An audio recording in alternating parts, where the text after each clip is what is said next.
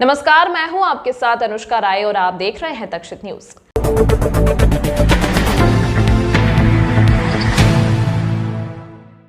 सोने की अंगूठी से भरा बॉक्स चुराकर बदमाश हुआ फरार। परदेशीपुरा थाना क्षेत्र का मामला, घटना सीसीटीवी में कैद।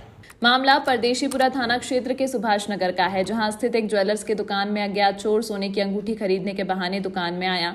दुकान में बैठी महिला से उसने सोने की अंगूठी दिखाने के लिए कहा। जब महिला द्वारा एक सोने की अंगूठी से भरा बॉक्स निकालकर बदमाश को बता रही थी, उसी दौरान बदमाश ने सोने का बॉक्स अपने हाथ में ले लिया और मौका पाकर बदमाश सोने की अंगूठी से भरा बॉक्स लेकर वहां से भाग निकला। घटना सीसीटीवी में कैद हुई है। फिलहाल पुलिस ने फरियादी की शिकायत के आधार पर अज्ञात चोर के खिलाफ मामला दर्ज किया है और पूरे मामले की जाँच की जा रही है। देखिए, ये रानी सती ज्वेलर्स है जो दुकान सुभाष नगर पर स्थित है। यहाँ की संचालिका है रचना अग्रवाल।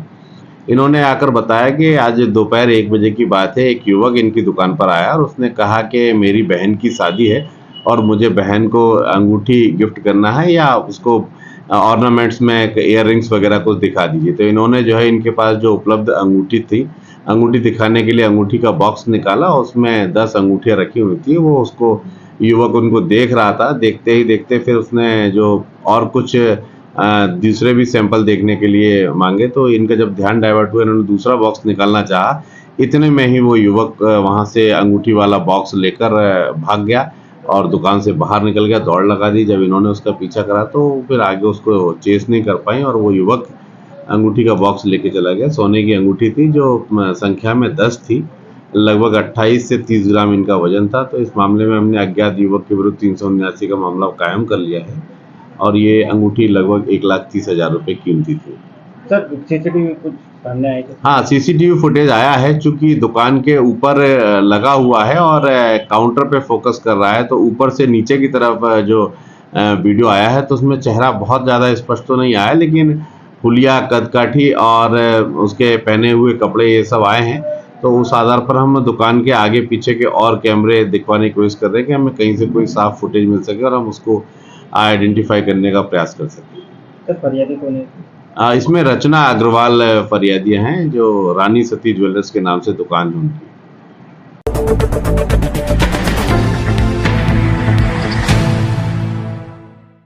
भाजपा सरकार पर भ्रष्टाचार के ट्वीट ने पकड़ा तूल। भाजपा विधि प्रकोष्ठ के पदाधिकारी पहुंचे संयोगितागंज पुलिस थाने, शिकायत दर्ज करने को लेकर दिया ज्ञापन। दरअसल कुछ दिनों से सोशल मीडिया पर मध्य प्रदेश में 50% कमीशन देने पर ही कार्य की भुगतान राशि मिलने की बात लिखते हुए शिकायती पत्र वायरल हो रहा है, जिसे कांग्रेस के कई नेताओं के द्वारा लगातार सोशल मीडिया प्लेटफॉर्म पर भ्रामक जानकारी देते हुए वायरल किया जा रहा है। भ्रामक जानकारी फैलाने और प्रदेश सरकार की छवि खराब करने पर भारतीय जनता पार्टी के कार्यकर्ताओं के द्वारा कांग्रेस नेता प्रियंका गांधी, कमलनाथ और अरुण यादव के खिलाफ प्रदर्शन कर मामला दर्ज करने की मांग की गई है। वहीं एडिशनल डीसीपी ने भाजपाइयों को आश्वासन दिया है कि सोशल मीडिया से पूरी जानकारी निकालकर जो भी वैधानिक कार्रवाई होगी वो की जाएगी। भाजपा के शहर पदाधिकारी लोग आए थे, उनके द्वारा एक आवेदन दिया गया है। उस पर बोला गया है कि कांग्रेस पार्टी के कुछ पदाधिकारियों के द्वारा कुछ भ्रामक जानकारियां सोशल साइट्स में डाली जा रही हैं और इसकी जांच की जाए और उन पर वैधानिक कार्रवाई की जाए। और उक्त आवेदन प्राप्त किया गया है, जांच पर लिया गया है। जो भी तथ्य आएंगे उसके मुताबिक वैधानिक कार्रवाई की जाएगी। उसमें ये मिस्टर ज्ञानेंद्र एक नाम लिखा हुआ है, प्रियंका गांधी जी का जिक्र किया गया है और जो भी नाम हैं उन सभी की तस्दीक की जाएगी और जो भी तथ्य मिलेंगे उसके मुताबिक कार्रवाई की जाएगी। कांग्रेस अपनी हार और निश्चित हार से बौखला के जिस हिसाब से निचले स्तर की राजनीति करने पे उतर आई है, एक कोई ज्ञानेंद्र अवस्थी करके व्यक्ति हैं, उन्होंने माननीय उच्च न्यायालय को प्रेषित करते हुए कोई पत्र लिखा है, ऐसा सूचना में मिला है। उस पत्र को लेके अपने ऑफिशियल ट्विटर हैंडल से ट्वीट किया प्रियंका गांधी जी ने और बाकी उनके अन्य नेताओं ने, और ऐसा भ्रम फैलाने की कोशिश कर रहे हैं। कांग्रेस इस तरह का एक वातावरण बनाने की कोशिश कर रहा है। मध्य प्रदेश की भारतीय जनता पार्टी की सुशासन की जो सरकार है, जिसने मध्य प्रदेश को बीमारू राज्य से आज एक विकसित राज्य की ओर लाने में जो हम सफल हुए हैं, माननीय शिवराज जी के नेतृत्व में, माननीय मोदी जी के नेतृत्व में जो डबल इंजन की सरकार चल रही है, इसके किए हुए काम से परेशान होकर झूठ बोलना, भ्रम फैलाना, भ्रामक प्रचार करना, जो कि कांग्रेस की शुरू से आदत रही है। 50% की बात करते हुए उन्होंने एक झूठा ट्वीट किया है। उसके खिलाफ सभी भारतीय जनता पार्टी के कार्यकर्ताओं ने आज प्रियंका गांधी पे FIR रजिस्टर हो, कमलनाथ पे FIR रजिस्टर हो, ताकि आने वाले समय पे इस तरह का झूठ और भ्रम फैलाने से पहले ये लोग सोचें।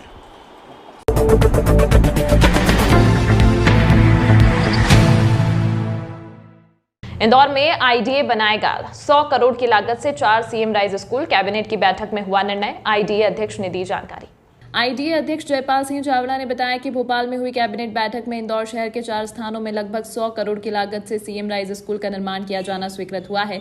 देश भर में शिक्षा और के क्षेत्र में अपनी विशिष्ट पहचान बनाने वाले इंदौर में 4 CM राइज स्कूलों के निर्माण किए जाने से शहर के विद्यार्थियों को उच्च गुणवत्ता की शिक्षा उपलब्ध कराने के इस पूरे कार्य में IDA महत्वपूर्ण भूमिका निभाएगा। इंदौर विकास प्राधिकरण शहर में 4 स्थानों नंदानगर, पाल कांकरिया, मूसाखेड़ी तथा चिखली पर स्कूलों का निर्माण करने जा रहा है।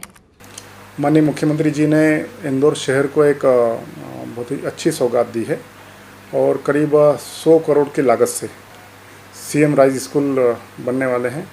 और मैं बधाई देता हूं माननीय मुख्यमंत्री जी को कि उन्होंने IDA को इसके लिए चुना है। IDA उसमें एजेंसी है, सरकार के खर्चे से वो बनने वाले हैं। नंदानगर, पाल कांकरिया, मूसाखेड़ी और चिखली शिवनगर, इन 4 स्थानों पर ये CM राइज स्कूल बनने वाले हैं। इनके टेंडर हो चुके हैं। अभी बीच में जब इसका थोड़ा सा बजट बढ़ा था, इसके लिए फिर टेक्निकली कुछ कारण से फिर से कैबिनेट में गए थे और कल ही कैबिनेट से मंजूर होकर के और ये हमको सोमवार तक प्राप्त हो जाएंगे। जैसे ही इसकी स्वीकृति हमको प्राप्त होगी वैसे ही शीघ्रता से काम हम प्रारंभ करेंगे। और इंदौर को ये माननीय मुख्यमंत्री जी ने जो सौगात दी है, मैं संपूर्ण शहर की ओर से, सभी जनप्रतिनिधि की ओर से उनको आभार भी व्यक्त करता हूं और बधाई भी देता हूं कि आपने इंदौर में शिक्षा क्षेत्र के लिए एक और नया ये आयाम स्थापित किया है।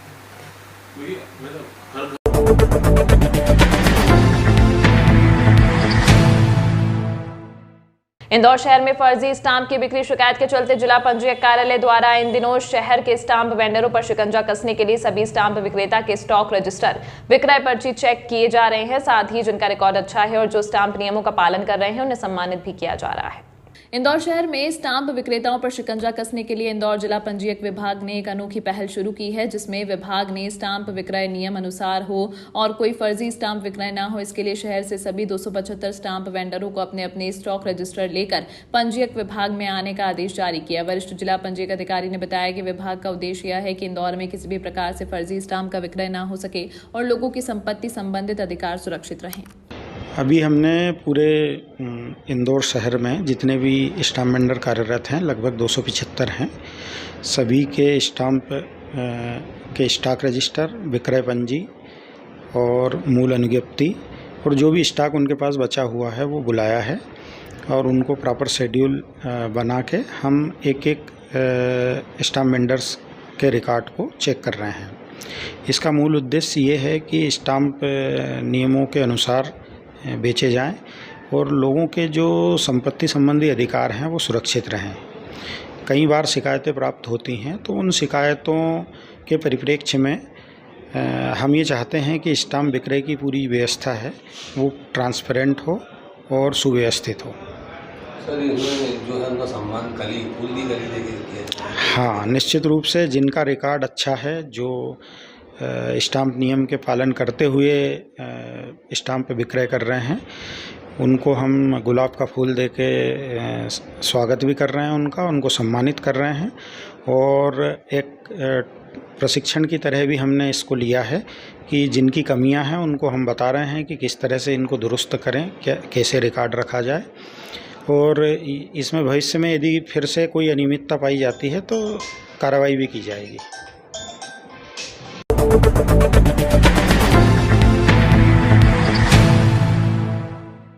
रक्षाबंधन को लेकर रेलवे ने शुरू की स्पेशल ट्रेन। आवश्यकता के अनुसार ट्रेनों में लगाए जाएंगे एक्स्ट्रा कोच। वरिष्ठ जनसंपर्क अधिकारी ने दी जानकारी। दरअसल आगामी पर्व को लेकर इंदौर से लंबी दूरी की ट्रेनों में वेटिंग तो है ही, लेकिन कम दूरी की ट्रेनों में भी भीड़ देखी जा रही है। वहीं वेटिंग के अलावा ट्रेनों के सामान्य कोच में भी भीड़ आम दिनों की अपेक्षा अधिक देखी जा रही है। रक्षाबंधन के त्यौहार के चलते विशेष ट्रेनों की व्यवस्थाएं की गई हैं। वहीं ज़रूरत पड़ने पर ट्रेनों में भी विशेष कोच लगाए जाने की व्यवस्था है। वहीं फिलहाल रेलवे ने लंबी दूरी की 3 स्पेशल साप्ताहिक ट्रेन चलाने का निर्णय लिया है। देखिए, जो आगामी त्यौहार है उसको देखते हुए वेस्टर्न रेलवे जो है वो काफ़ी सजग है। इसके लिए हम पूरा प्रयास करते हैं कि जो हमारे सम्मानीय यात्री हैं वो आराम से यात्रा करें। इसके लिए अगर रतलाम डिवीज़न और इंदौर की अगर बात करें तो हमने स्पेशल ट्रेन का प्रोविज़न किया है। इसमें इंदौर से जो वैष्णो देवी कटरा के लिए हमने एक वीकली ट्रेन का प्रोविज़न किया है। इसके साथ ही देहरादून अपना जो अंबेडकर नगर है वहाँ से पटना के लिए एक वीकली ट्रेन का प्लान हमने किया है। और तीसरी ट्रेन जो है इंदौर से पुणे के बीच में हम एक वीकली ट्रेन चला रहे हैं। तो इस प्रकार से ये 3 ट्रेनों का जो है अभी स्पेशल ट्रेनों का प्लानिंग है। इसके अलावा जो वेटिंग लिस्ट होती है उस पर हम लोग सतत रूप से निगरानी रखते हैं।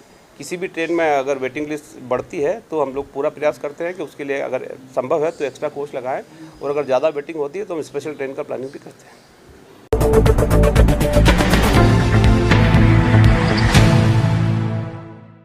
इंदौर में विशेष रूप से मनेगा आजादी का पर्व। हर घर तिरंगा अभियान के चलते लाखों घरों पर लहराएगा राष्ट्रीय ध्वज। 56 दुकान पर नगर निगम की व्यवस्था। दरअसल इंदौर में आजादी के महोत्सव के तहत हर घर तिरंगा अभियान चलाया जाएगा। इसके तहत स्वतंत्रता दिवस पर प्रत्येक नागरिक के घर और दुकानों सहित अन्य प्रतिष्ठानों पर तिरंगा झंडा फहराने की प्रशासन और नगर निगम अपील कर रहा है। वहीं लोगों की सुविधा के लिए निगम के द्वारा शहर के कई स्थानों पर तिरंगा झंडा बिक्री केंद्र बनाए जाएंगे। इन केंद्रों पर लागत शुल्क पर झंडा उपलब्ध कराया जाएगा। इस अभियान के तहत शहर के प्रत्येक व्यक्ति को तिरंगा झंडा आसानी से उपलब्ध हो सके। वहीं 56 दुकान पर स्वतंत्रता दिवस को लेकर नगर निगम के द्वारा विशेष तैयारियां भी की जा रही हैं। 56 पे भी हर घर तिरंगा अभियान के तहत पार्टिसिपेशन किया गया है। हम लोग ने हमारी तरफ से लाइट डेकोरेशन और झंडियों का डेकोरेशन किया है। ये सारे जो खंबे हैं इन पे सब पे जो लाइटिंग है ये तिरंगे की ही है। और डाकतार विभाग ने भी यहाँ पर एक कैंप लगाया है जो झंडे यहाँ से वितरित कर रहे हैं। नगर निगम ने भी एक स्टॉल लगाया है, वो भी यहाँ से झंडे वितरित कर रहे हैं। और कल शाम से इस पूरे एरिया में नगर निगम ने झंडे हर खंभों पे लगाए हैं और ये अभियान उनकी तरफ से भी चल रहा है। और हमें भी स्मार्ट सिटी और नगर निगम से ये इन्फॉर्मेशन थी कि हमें हर घर तिरंगा को बड़ी धूमधाम से मनाना है। कल शाम को 14 तारीख की शाम को हमने एक गीत संगीत का कार्यक्रम भी रखा है। कुछ 15 को भी करेंगे, मतलब 13 से ये एक्टिविटीज़ हर घर तिरंगा की बाजार में शुरू हो जाएगी। तमाम महत्वपूर्ण खबरों के लिए देखते रहिए तक्षित न्यूज।